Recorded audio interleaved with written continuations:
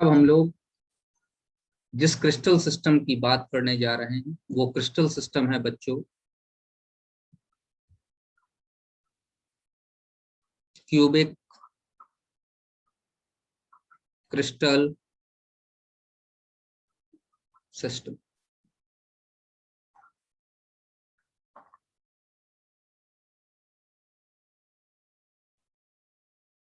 हिंदी में इसी को कहते हैं मेरे बेटे घनी क्रिस्टल तंत्र। और इसमें तीन तरीके के जो है हमारे पास, इसमें तीन तरीके के ब्रेविस लैटिस है। पहला सिंपल क्यूबिक यूनिट सेल, दूसरा फेस सेंटर्ड क्यूबिक,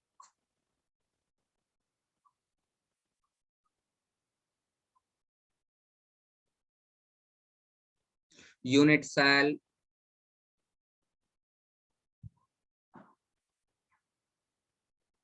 और तीसरा body centre cubic unit cell.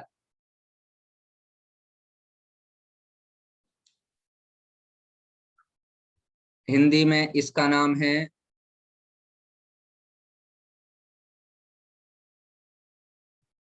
पूरी स्क्रीन शेयर नहीं हो रही है। बाद बाकी बच्चे बताओ उन्हें सारी स्क्रीन दिखाई दे रही। रुद्राक्ष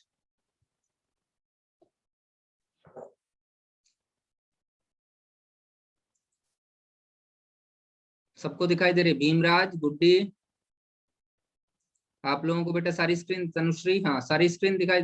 बेटा अपना नेटवर्क कनेक्शन सही करो, फिर तो सारे बच्चों को सारी स्क्रीन दिखाई दे रही। नेटवर्क कनेक्शन सही करो। अंकित को भी दिखाई दे रही।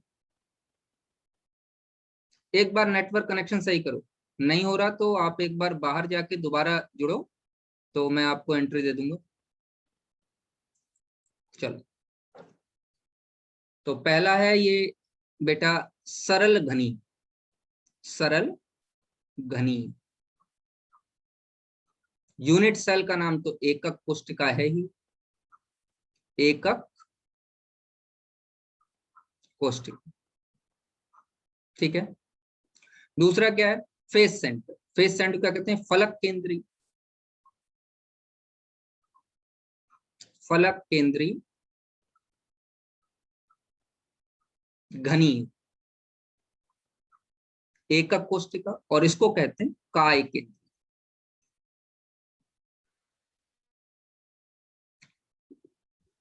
हिंदी लिख लो, लेकिन हिंदी वाले बच्चों ध्यान देना, इन वर्ड्स का आप लोग यूज कम ही करोगे क्योंकि सब लोग जो यूज करेंगे वो FCC BCC SCC इन्हीं का यूज करेंगे। ठीक है ना। Simple cubic SCC, face centred cubic FCC, Khushwinder body centred cubic BCC। चलो ये भी खत्म करता हूं। डिसेबल अब नहीं कर पाओगे। चलो एक एक कर। बेटे मेरी बात ध्यान से सुनो जिससे कि आपको आगे की बातचीत समझ में आए। बच्चे हम लोग परमाणु एटम जो ले रहे हैं सॉलिड बनाने के लिए, उसको एक गोला मान रहे हैं। गोला मतलब क्रिकेट की गेंद। बात समझना, सर्किल नहीं है, वृत्त नहीं है, एक गोला स्फेयर, एक क्रिकेट की गेंद मान के चलिए। और आप अपने कमरे को बहुत ध्यान से देखिए। पहली बात जो दो चार चीजें समझने वाली हैं उनको मैं लिखाऊंगा भी, लेकिन एक एक करके समझेंगे। आप अपने कमरे को एक घन मान के चलिए, तो आपके कमरे में कितने कोने हैं? आपके कमरे में कितने कोने आपको दिखाई दे रहे हैं? तो सबसे पहली बात मैं जो आपको बताने जा रहा हूं वो कमरे की स्थिति। सभी बच्चे अपने कमरे में ध्यान देंगे जिस कमरे में वो बैठे हैं। अगर मैं घन की बात करूं, अगर मैं घन की बात करूं सर थोड़ा मतलब इंग्लिश में बोलिए, समझ में नहीं आ रहा। है बेटा, दोबारा बोलो। सर थोड़ा इंग्लिश यूज कीजिए, समझ नहीं आ रहा। हाँ, मैं क्यूब की बात कर रहा हूँ। देखो इधर ध्यान से, अगर मैं क्यूब की बात करूं तो क्यूब में कितने कोने मतलब कितने कॉर्नर्स हैं, ध्यान दीजिएगा, अभी समझ में आ जाएगा। 2 मिनट रुको बेटा, पहले ये इनिशियल बातचीत हो जाए तो आपको समझ में आ जाएगा। 2-3 मिनट मेरी बात ध्यान से सुनिए। पहला है कॉर्नर्स, अपने आप गिनो। कॉर्नर्स मतलब कौन है? कॉर्नर्स कितने हैं? 8। There are 8 corners. 1 2 3 4, आपस में बात नहीं करेंगे। 5 6 7 8। क्या आपके कमरे में 8 कॉर्नर्स आपको दिखाई दे रहे हैं सभी बच्चों को? चलिए,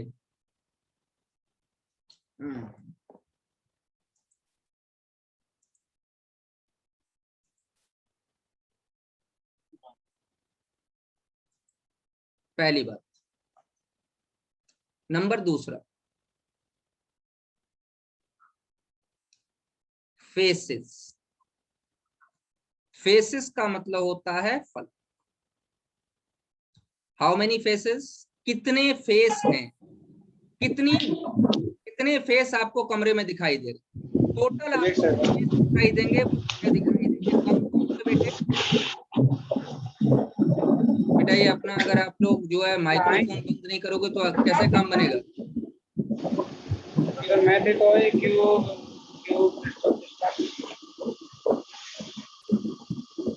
कॉर्नर्स मैथ है तो केमिस्ट्री है, केमिस्ट्री कौन है? ये कौन बच्चा है भाई?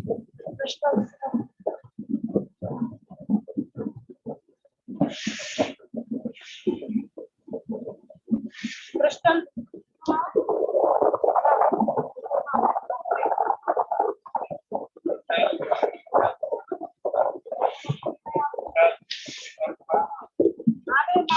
मैथ की बड़े में बड़े ना, मैथ के पार्ट बचाने जावे।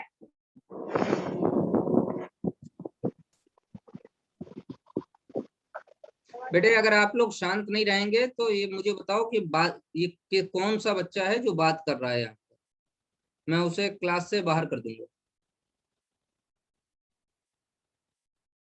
गुलशन, गुलशन अगर आपने दोबारा गड़बड़ की तो मैं आपको क्लास से बाहर कर दूंगा। किसी भी कीमत पर मैं आपको क्लास के अंदर एंट्री नहीं दूंगा।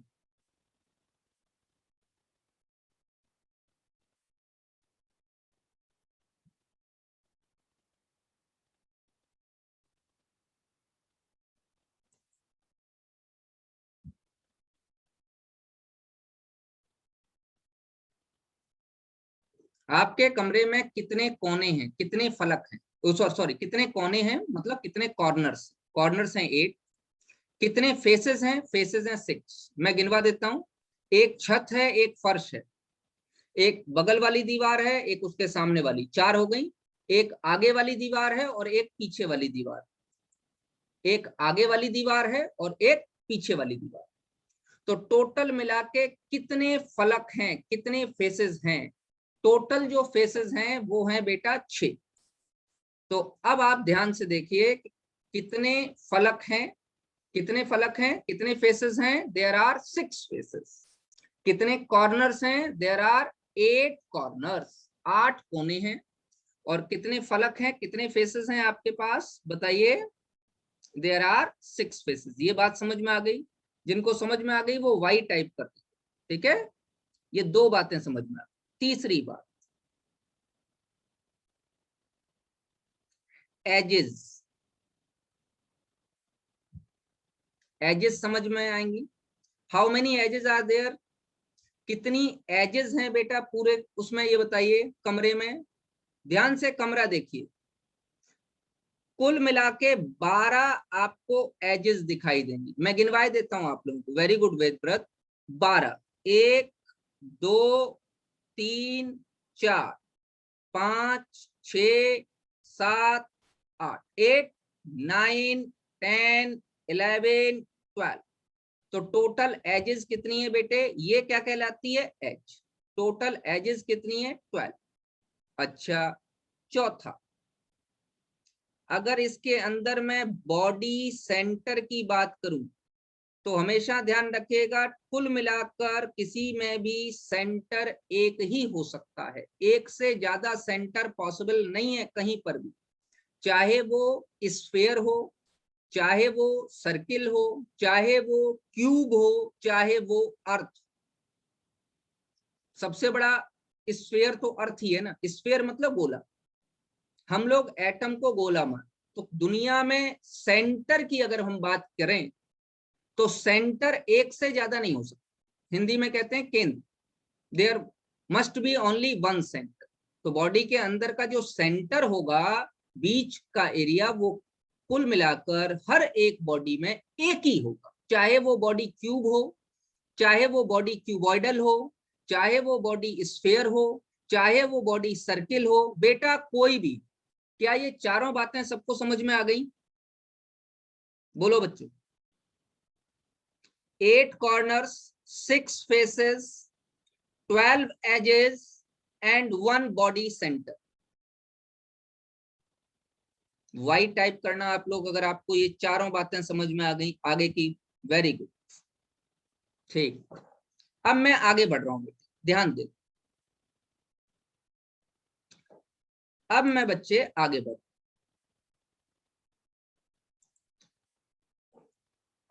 पहली बात,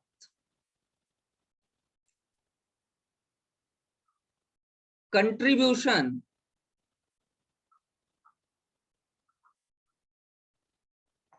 या तो एक काम करो, पहले एक एग्जाम्पल ले लेते हैं, फिर कंट्रीब्यूशन की बात करते हैं। एक एग्जाम्पल लेते हैं। पहला एग्जाम्पल जो हम लेने जा रहे हैं वो SCC सिंपल क्यूबिक का। पहला example simple cubic unit sir, simple cubic unit sir, सरल घनी। एक ही लाइन लिख रहा हूं,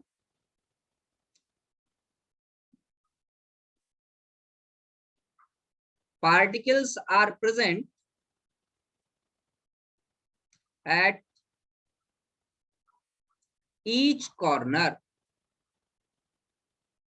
कुल मिला के कितने कॉर्नर, कितने कोने हैं, 8 कॉर्नर्स आर देयर, और हर कॉर्नर पर एक पार्टिकल प्रेजेंट है। अब बेटा एक बात कहो, ये जो पार्टिकल है इसी को तो आप एटम कह रहे हो, और इसी को आपने इक्विवेलेंट माना है किसके, स्फीयर।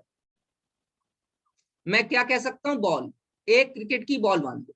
बात समझ में आ रही है, नहीं आ रही? बहुत बढ़िया। अब जरा इधर ध्यान से देखो, अगर हर कॉर्नर पर एक पार्टिकल प्रेजेंट है तो कैसा स्ट्रक्चर बन जाएगा?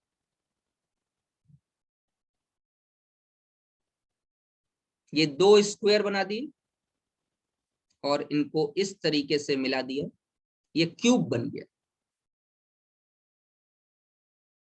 हर कॉर्नर पर एक पार्टिकल प्रेजेंट है, बच्चों ध्यान से देखेंगे। एक पार्टिकल मैंने इस कॉर्नर पे लगाया, एक मैंने इस कॉर्नर पे लगाया, एक मैंने इस कॉर्नर पे लगाया, और एक इस पे लगाया। 4 5 6 7 8। ठीक है भैया? अब जरा ध्यान से देखें, कॉर्नर पे लगा हुआ पार्टिकल क्यूब के अंदर कितना कंट्रीब्यूट करेगा। एग्जाम्पल देखिए कि एक क्रिकेट की बॉल है, बड़ा ले लो, फुटबॉल ले लो, ठीक है ना। एक फुटबॉल को आप एक कमरे के कॉर्नर पर लगा रहे हैं, इस तरीके से लगा रहे हैं कि फुटबॉल का जो सेंटर है, फुटबॉल का सेंटर फुटबॉल के अंदर हो। समझ बात आ रही है? इस तरीके से लगा रहे हैं कि जो फुटबॉल का सेंटर है वो कमरे का कॉर्नर है, जो फुटबॉल का सेंटर है वो कमरे का कॉर्नर। तो थोड़ी सी बॉल तो कमरे के अंदर आ जाएगी, बाद बाकी बॉल कमरे के बाहर आ जाएगी। तो अगर उस पूरी की पूरी बॉल को हमको घेरना है, पूरी की पूरी बॉल को हमको नहीं दिखाना, पूरी की पूरी बॉल को हमको क्लोज करना है, तो हमको ऐसे ऐसे कितने क्यूब लगाने पड़ेंगे बेटे? 4 क्यूब नीचे लगाने पड़ेंगे, आधी बॉल घेरने के लिए और आधी ऊपर की तरफ आ जाएगी तो 4 क्यूब ऊपर भी लगाने पड़ेंगे। कहने का मतलब एक कॉर्नर को पूरी तरीके से ढकने के लिए आपको 8 क्यूब लगाने पड़ेंगे, 4 नीचे 4 ऊपर। तो पहली बात मैं बताने जा रहा हूं, इसको याद कर लो, कंट्रीब्यूशन फ्रॉम कॉर्नर।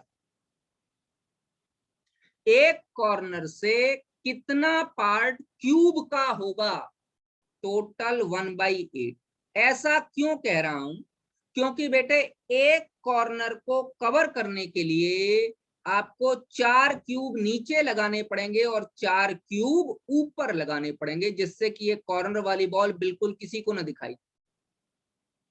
4 क्यूब नीचे 4 क्यूब ऊपर। तो एक कॉर्नर कितना कंट्रीब्यूट करेगा किसी भी यूनिट सेल को बनाने के लिए, 1/8। ठीक है, अब इसकी हम निकाल लेंगे total contribution. Total contribution, contribution मतलब कितना दे रहा है, कितना पार्ट अपना दे रहा है। तो नेट कंट्रीब्यूशन कितना हो, देखो बेटा एक कोने का कंट्रीब्यूशन है 1/8 और मैंने बताया कि पार्टिकल हर कोने में प्रेजेंट है, तो टोटल कोने हैं हमारे 8। एक कोने का कंट्रीब्यूशन है 1/8, टोटल कोने हैं 8, तो नेट कंट्रीब्यूशन हो गया 1।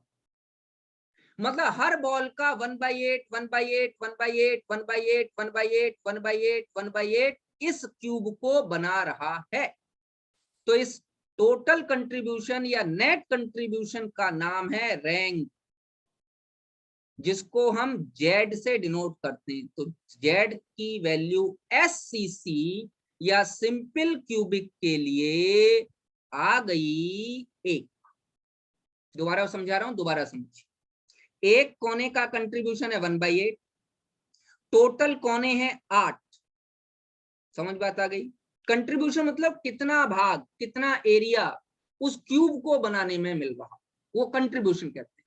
समझ बात आई। जैसे कि आप 10 बच्चे हों और आपको 10 रुपए इकट्ठे करने हो, तो एक बच्चा कितना कंट्रीब्यूट करेगा, 1 रुपए, तो टोटल इकट्ठे हो जाएंगे 10। बात समझ में आ रही। तो पर स्टूडेंट का कंट्रीब्यूशन कितना है, 1।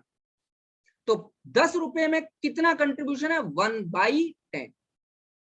अगर 10 बच्चों को 10 रुपए इकट्ठे करना हो तो एक बच्चे का नेट कंट्रीब्यूशन कितना हो जाएगा, 1/10 ही तो हो जाएगा। तो यहां पर 8 कोने।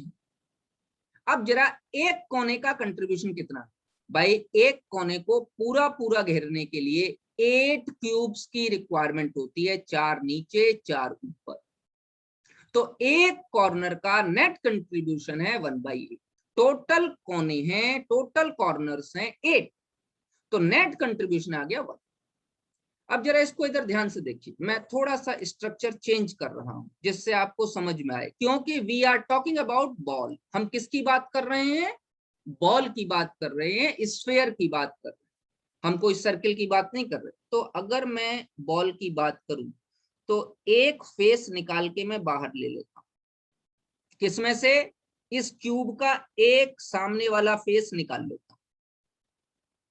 फेस निकाल लिया मतलब कमरे की एक दीवार निकाल के बाहर ले आया, उसमें 4 आपको बॉल्स लगी हुई दिखाई दे रही है, ये रेड कलर की, बेटा यहां लगा दो।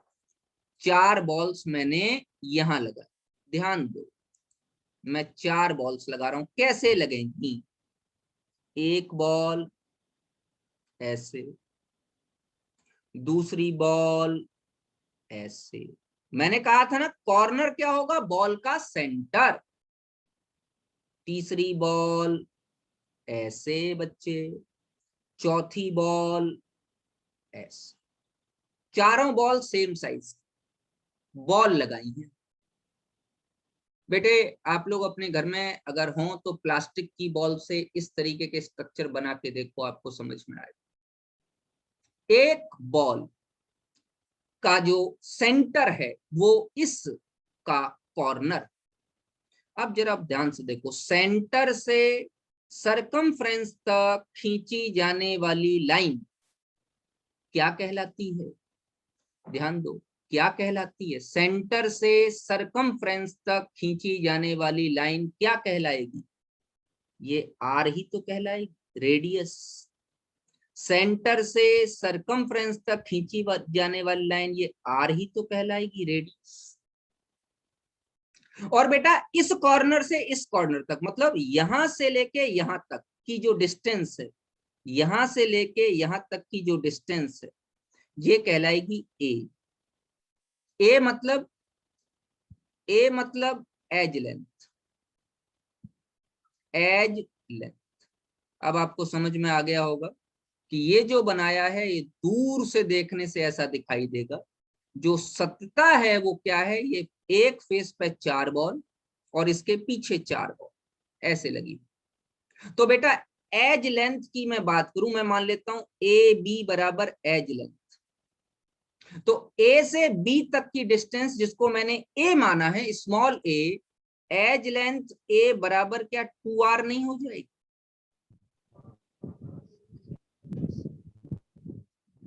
और r क्या है? रेडियस ऑफ एटम, जिस पार्टिकल को आप ले रहे हो उसका रेडियस। तो एज लेंथ ए की जो वैल्यू आ गई वो क्या आ गई? 2r। अब जरा ध्यान से देखिए बेटा, एक बात बताओ, मैं यहां पर एक कवर कर रहा हूं और उसको जरा ध्यान से देखना। ये 3-4 चीजें समझ में आनी चाहिए। मैं इसको कवर कर रहा हूं, मैंने मान लिया है मैं ए को कवर कर रहा हूं, ये येलो दिखाई दे रहा है, ठीक। ये एक एटम, ये एटम के सबसे पास में कौन सा एटम? इस एटम का सबसे पास वाला एटम मुझे बताइए कौन सा है। मैं मान लेता हूं ये वाला एटम ए है, ये वाला बी है, ये वाला सी है और ये वाला डी। सब बच्चे टाइप करके बताएं ए के सबसे पास में कौन सा एटम? नियरेस्ट नेबर, निकटतम पड़ोसी, नियरेस्ट नेबर, सबसे पास। ए से कौन सा एटम सबसे पास है? बी वाला, सी वाला या डी वाला?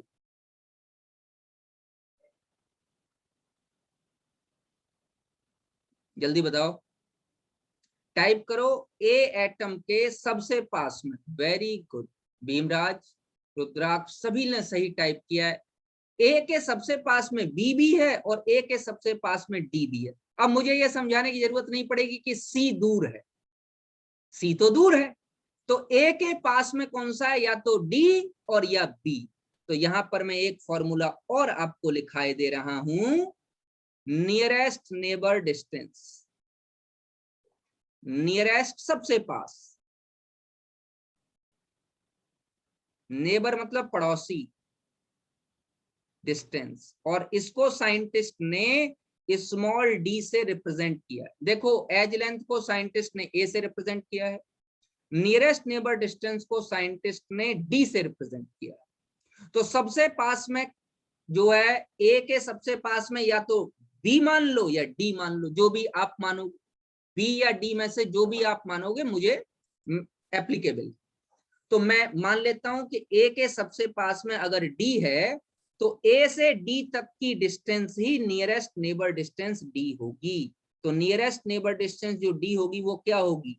ए डी या ए बी, यही तो होगी। अब ए डी की वैल्यू क्या है? ए डी की वैल्यू है सेंटर से सरकमफ्रेंस की दूरी आर, सेंटर से सरकमफ्रेंस की दूरी आर, आर प्लस आर कितनी हो गई बेटा? 2r। लेकिन ये 2r ही तो ए भी थी, इसका मतलब इस केस में d बराबर a। क्या मेरी बात समझ में आ गई? सिंपल क्यूबिक यूनिट सेल के केस में d और a की वैल्यू बराबर है, जो d है वही a। क्लियर, समझ में आ रही है मेरी बात? भाई डी नियरेस्ट नेबर डिस्टेंस थी, आपने कहा ए के पास में सर या तो डी है या बी है, तो नियरेस्ट नेबर डिस्टेंस कहां से हो गई? ए से डी तक या ए से बी तक? यही तो होगी। तो ए से डी तक या ए से बी तक जो डिस्टेंस थी वो क्या थी, r plus R, that is equal to 2r। और 2r ही यहाँ पर a की वैल्यू है, तो इसका मतलब d और a यहाँ पर सेम। क्लियर हो गई? चलो अगला बताता हूं आपको, ये SCC के बारे में मैंने बता दिया। अब मैं बताने जा रहा हूं आपको FCC। दूसरा, face centred cubic unit cell, FCC। चलो बच्चों, FCC का क्या मतलब है?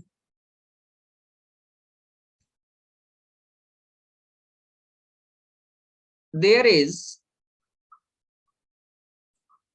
a particle on each corner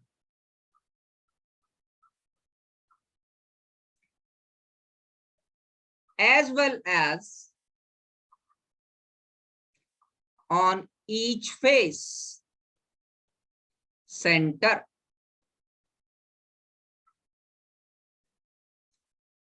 एक एक पार्टिकल कॉर्नर में प्रेजेंट है और एक एक पार्टिकल फेस सेंटर में प्रेजेंट। हिंदी वाले बच्चे ध्यान सुने, हर कोने में एक पार्टिकल प्रेजेंट है और हर फलक केंद्र पर एक पार्टिकल प्रेजेंट है। हर कोने में और हर फलक केंद्र। देखो मैं नीचे बना के दिखा रहा हूं। तो every corner has one particle as well as at every face centre. मेरे बच्चों ध्यान से देखो, ये दो मैंने स्क्वायर बना लिया और इसको मिला दिया तो ये क्यूब हो गया। क्यूब बनाना सीखिए। क्या कह रहा है? हर कॉर्नर पर एक पार्टिकल प्रेजेंट है। चलो भैया, हर कॉर्नर पर बेटे एक पार्टिकल लगा दो, मेरे साथ बनाओ, अब खुद भी बनाओ, मैं बोलते जा रहा हूं आप भी बनाओ। हर कॉर्नर पर एक पार्टिकल प्रेजेंट है मेरे बच्चों, ठीक है। तो कुल मिला के 8 तो हमारे पास कॉर्नर्स हैं, तो 8 पार्टिकल, 8 पार्टिकल, तो 8 पार्टिकल कॉर्नर पर प्रेजेंट, ठीक है। हर कॉर्नर पर 1। अब क्या कह रहा है? As well as on the centre of each face, हर फलक के केंद्र पर, हर फेस के सेंटर पर भी एक पार्टिकल। तो एक पार्टिकल यहां लगा दिया मेरे बेटे छत पर, एक पार्टिकल मैंने फर्श के बीचों बीच लगा दिया, 2 हो गए। 6 फेस है ना हमारे पास, तो फर्श और छत मैंने पहले कवर कर ली। फिर लेफ्ट वाली दीवार के बिल्कुल बीचों बीच लगा दिया, राइट वाली दीवार के बिल्कुल बीचों बीच लगा दिया, फिर पीछे वाली दीवार के बिल्कुल बीचों बीच लगा दिया, और फिर सामने वाली दीवार के बिल्कुल बीचों बीच लगा दिया। टोटल 6 पार्टिकल फेस पर है और 8 पार्टिकल कॉर्नर पर है। तो पहली बात मैं ये लिख सकता हूं, कंट्रीब्यूशन फ्रॉम कॉर्नर। कॉर्नर से कितना कंट्रीब्यूशन मिलेगा? मैं आपको पहले ही पढ़ा चुका हूं कि एक कॉर्नर 1/8 देता है। टोटल कितने कॉर्नर हैं इसमें? 8। तो कॉर्नर से कंट्रीब्यूशन मिलेगा 1।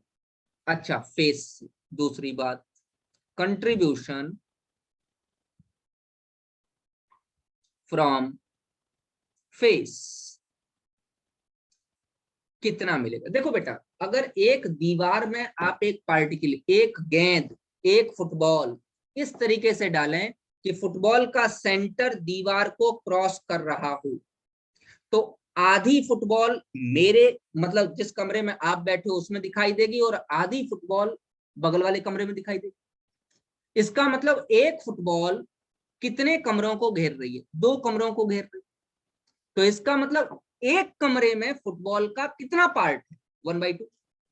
तो चलो भैया कंट्रीब्यूशन फ्रॉम फेस कितना हो गया 1/। फुटबॉल को मैंने फेस पे लगाया, इस तरीके से लगाया कि फुटबॉल का जो सेंटर है वो दीवार, तो आधी फुटबॉल इस कमरे में और आधी फुटबॉल उस कमरे में। तो फुटबॉल का कितना पार्ट एक कमरे में, क्योंकि फुटबॉल 2 कमरे में डिवाइडेड है बस, इसलिए एक कमरे में आधी फुटबॉल, तो चलिए 1/2। अच्छा, आपके पास कितने फेस हैं? टोटल फेस हैं 6। 6 फेसों पे फुटबॉल लगाई गई है, तो फेस से कंट्रीब्यूशन कितना आ जाएगा 2 3 6। तो अब आप मुझे तीसरी चीज नेट कंट्रीब्यूशन बताइए। नेट कंट्रीब्यूशन को मैं क्या कहता हूं?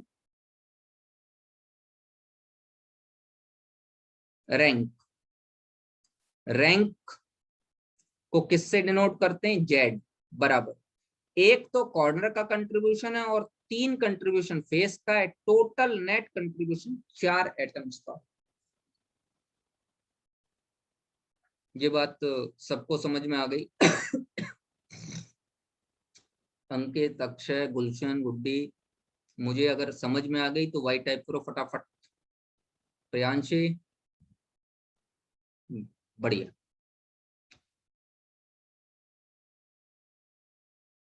ठीक, रुद्राक्ष,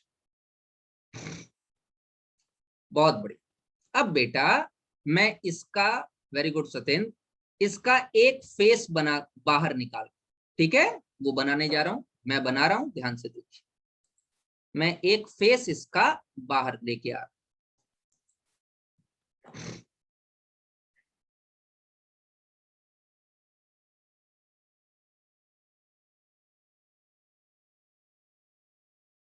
इसका एक फेस मैं बाहर लिया और यहां पर मैं बॉल्स लगा के दिखा रहा हूं आपको, बॉल्स कैसे लगी। बेटा एक बॉल तो बिल्कुल बीचों बीच लगी, इस तरीके से।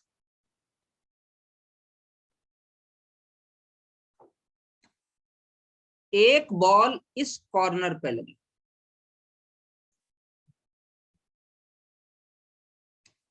एक बॉल इस कॉर्नर पर लगी, सारी सेंटर को टच कर रही है, ध्यान रखो। एक बॉल इस कॉर्नर पे लगी और एक बॉल इस कॉर्नर पे। क्लियर? अब जरा ध्यान से देखिए, मैं जरा एक बात बताऊं, यहां से ये मैं ले लेता हूं ए, ये मैं ले लेता हूं बी, ये मैं ले लेता हूं सी, और ये मैं ले लेता हूं डी। ये 4 कोने मैंने ले लिए, 4 कॉर्नर्स। अगर मैं ए से बी तक की डिस्टेंस आपसे पूछूं तो आप कहोगे सर अब ये भी आपने बताई, ए बी एज लेंथ कहलाती है, एज लेंथ को ए से डिनोट करते हैं। अगर आपसे मैं पूछूं कि बेटा ए की वैल्यू किसके बराबर होगी, तो आप कहोगे सर ए से लेके इस रेड के सरकमफ्रेंस की दूरी आर है और बी से लेके रेड के सरकमफ्रेंस की दूरी आर है, लेकिन थोड़ा सा गैप है बीच में, वो पता नहीं, हम बता नहीं सकते। तो इसका मतलब यहाँ a = 2r तो नहीं है, क्योंकि बीच में ये चिपक नहीं रहे एक दूसरे से, ये एक दूसरे से टच में नहीं है, बीच में कुछ हवा है। हवा कितनी दूरी में है ये बता सकते हो? नहीं बता सकते। क्या करें? Pythagoras theorem. देखो ये वैल्यू a है और ये क्यूब है, तो इसकी सारी साइड बराबर हो, इसका मतलब क्यूब का हर फेस एक स्क्वायर है, तो ये भी a, चारों a। तो बेटा यहां से यहां तक सारा 90 भी है, तो यहां से यहां तक की दूरी मतलब AC, पाइथागोरस थ्योरम लगा दूं, 90 डिग्री का एंगल है, तो AC बराबर क्या हो जाएगा? अंडर रूट, मैथमेटिक्स के अनुसार AB² प्लस BC² हो जाएगा, नहीं हो जाएगा? AB भी A के बराबर है और BC भी स्मॉल a के बराबर है, तो AC की वैल्यू आ जाएगी √2a। a² से a के बाहर ले आए तो √2a आ गया। अच्छा ये हमने हाइपोटेन्यूज निकाल लिया, इसको कहते हैं बेस, इसको कहते हैं परपेंडिकुलर और इसको हाइपोटेन्यूज। अगर पाइथागोरस थ्योरम की जानकारी हो, काफी आसान सा थ्योरम है। कि ए सी का square is equal to A B का स्क्वायर प्लस बी सी का स्क्वायर, √2a आ गई। अब √2a की वैल्यू निकाल सकते हो, हाँ इसकी वैल्यू निकाल सकते हो। क्यों? सारे के सारी बॉल्स एक दूसरे को टच कर रही हैं, तो अगर सारी बॉल्स एक दूसरे को टच कर रही हैं बालक, तो ये क्या हो जाएगा मुझे बताएं। यहां से यहां तक की दूरी r, ए वाले गोले, अच्छा बीच वाले गोले में तो पूरा का पूरा डायगोनल हमारे पास, मतलब यहां से यहां की दूरी r प्लस r, पूरा डायगोनल, और सी वाले में रेडियस है r। क्या AC की डिस्टेंस 4r लिख सकता हूं? बिल्कुल लिख सकता हूं। तो मैं लिख सकता हूं √2a बराबर 4r। बच्चों a की वैल्यू क्या आ गई बताओ? a बराबर 4r बाई √2। a की वैल्यू क्या आ गई बताओ भाई? AC कितने के बराबर? AC 4r के बराबर। 4r बराबर क्या आ गई बोलो बेटा? 4r बराबर √2a आ जाएगी या नहीं जाएगी? AC की वैल्यू मैंने 4r रख दी बस, तो a की वैल्यू क्या 4r बाई √2 नहीं आ जाएगी? काट सको तो काट दो, 2√2r, मुझे कोई प्रॉब्लम नहीं, और मैथमेटिक्स कर लो। लेकिन क्या आप a की वैल्यू निकालना सीख पाए? किसी को पाइथागोरस थ्योरम में कोई प्रॉब्लम है, या किसी को AC पहचानने में कोई प्रॉब्लम हुई? A से C तक की डिस्टेंस, A से C